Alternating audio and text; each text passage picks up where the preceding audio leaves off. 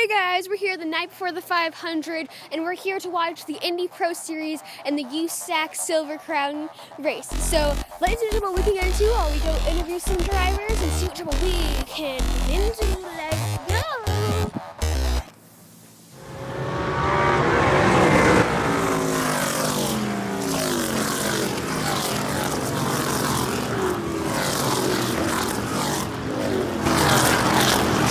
It's time for another On the Spot. On the Spot. Can you explain a little about your personal experience getting started in racing? How did your journey start, and how much family support did it take you to get to this far? I started because my family was in racing. I grew up in the grandstands watching my dad race, and always looked up to him. And so thankful he gets to still be part of my racing today. It did take a lot of family support and even community support. When my brother and I got started, we wrote sponsor letters to kind of piece something together at the very entry level and get started. And luckily, able to build from there and kind of gather support from people as we grew and grew into new series and new things. What has been the most difficult part of it all so far? What have you already learned the hard way in your career that you wish you would have known sooner? It's tough, right? Because it's a balancing act. You want to rely on people to teach you the right things, and sometimes it's hard to balance what you need to trust in yourself, what you need to study and learn for yourself, and what you need to rely on other people. There have been times like tonight I got a lot of great information from people when I first started Indy Pro 2000.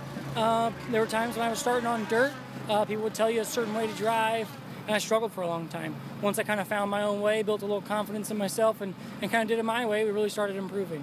I've always been curious how early a driver starts training in business aspects of racing, properly presenting yourself or learning what to say in post-race interviews.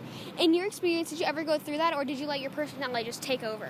There's some of both, right? You want to be personable, but at the same time, you got to be aware. For tonight, I was so fortunate to win a race, but I didn't do any of it alone. So in post-race interviews, that's it comes natural to try to thank the people that make it possible for me, because I really believe that without them, without their effort, you have a race where you don't finish well, or you don't have a shot at winning. So that's something you just try to keep, stay humble and be honest.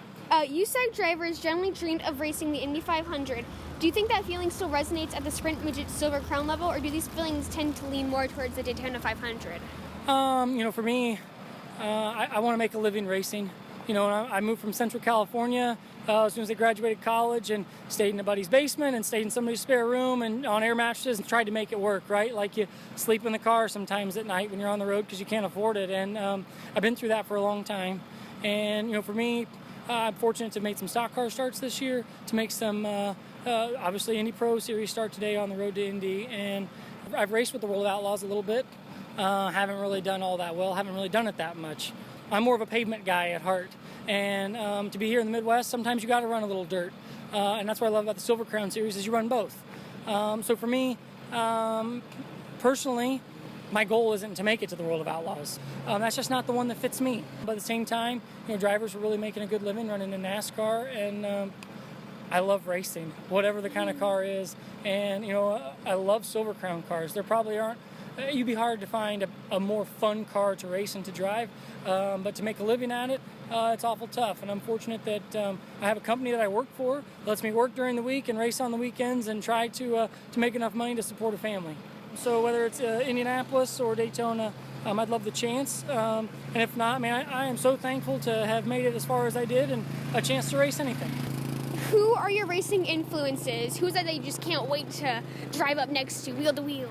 I don't know. I think I'm so competitive. You just focus on what we're doing, and I always just focus on trying to do the best job I can for the team I'm driving for. But just still trying to, do the best I can for where I'm at. Schrader, Gordon, Newman, Kane, Leffler, these names have all won USAC races here before and went on to have great careers. Winning is always important, but how important is this race? In particular, this year, when the race is a one-off event that hasn't been run in 6 years. I feel like the most important race is always your next one, and that's what you focus on and you work towards, is being prepared as you can to win the next race. And when that one's over, then you work on the one after. So that's kind of how I take it. I'm a one day at a time, one track at a time kind of guy, and put all my effort into to winning the next race, and we'll let tomorrow come when it does. Hey guys! Well, welcome to the video. I hope you guys enjoyed it. I know I had a lot of fun. It was so crazy to see the cars out here. It's beautiful, actually. So make sure you follow me on all my social medias.